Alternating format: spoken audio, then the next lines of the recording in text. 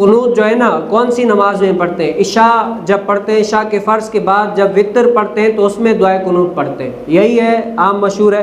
لیکن بخاری شریف کی حدیث میں آتا ہے کہ نبی کریم صلی اللہ علیہ وسلم نے نماز ظہر، نماز فجر اور نماز عشاء، اور کئی روایت میں ایسے بھی آتا ہے کہ نماز مغرب میں بھی نبی کریم صلی اللہ علیہ وسلم نے دعائے قنوت پڑھی ہے۔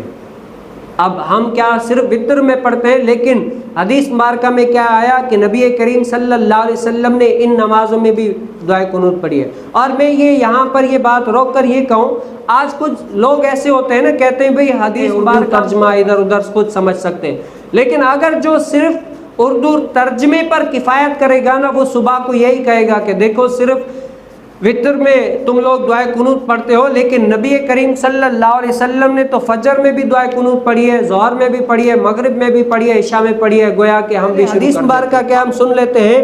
حضرت ابو ہریرہ رضی اللہ تعالی سے مروی ہے، روایت ہے، کہا کہ کیا میں تم لوگ کو نبی کریم صلی اللہ علیہ وسلم کی نماز کے قریب کر دوں؟ جب تو حضرت ابو ہریرہ رضی اللہ تعالیٰ عنہ نے ظہر اور عشاء اور فجر کی نماز میں آخر رکعت میں قنوت پڑھتے اور سمیع اللہ لمن حمیدہ کہنے کے بعد مسلمانوں کے لیے دعا کرتے اور کفار پر لعنت کرتے، یعنی یہ کیا کرتے تھے۔ اب اس حدیث مبارکہ میں تو یہی آ رہا ہے کہ نبی کریم صلی اللہ علیہ وسلم نے فجر، ظہر، عشاء میں یعنی قنوت پڑھا ہے، تو آج تم لوگ تو یعنی احناف صرف وتر میں پڑھتے ہیں، تو اس میں کیوں نہیں پڑھتے؟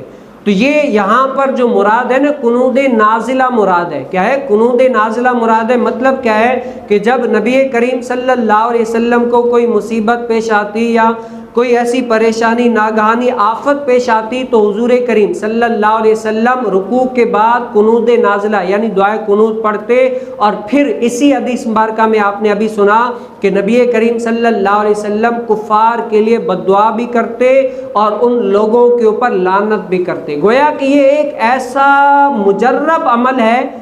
آپ چاہتے ہیں نا کہ بھی ہر طرف سے میں گھیرا ہوا ہوں، مصیبتیں بہت ساری ہیں، ایسی مصیبتیں جو گھیرا رکھا ہوا ہے چاروں طرف سے، نکلنے کا کوئی طریقہ ہی نہیں ہے۔ تو نبی کریم صلی اللہ علیہ وسلم کا یہ عمل کیا ہے؟ جب نبی کریم صلی اللہ علیہ وسلم کو مصیبت یا کوئی پریشانی لاحق ہوتی تو نبی کریم صلی اللہ علیہ وسلم ان نمازوں میں دعائے قنوت پڑھ کے اس کے بعد مومنوں کے لیے دعا کرتے اور غیر مسلموں کے لیے بد دعا کیا کرتے تھے۔ یعنی یہ ایسا تو مجرب عمل ہے کہ اس کی دعا اگر حق پر ہے نا تو قبول و مقبول ہو جاتی ہے۔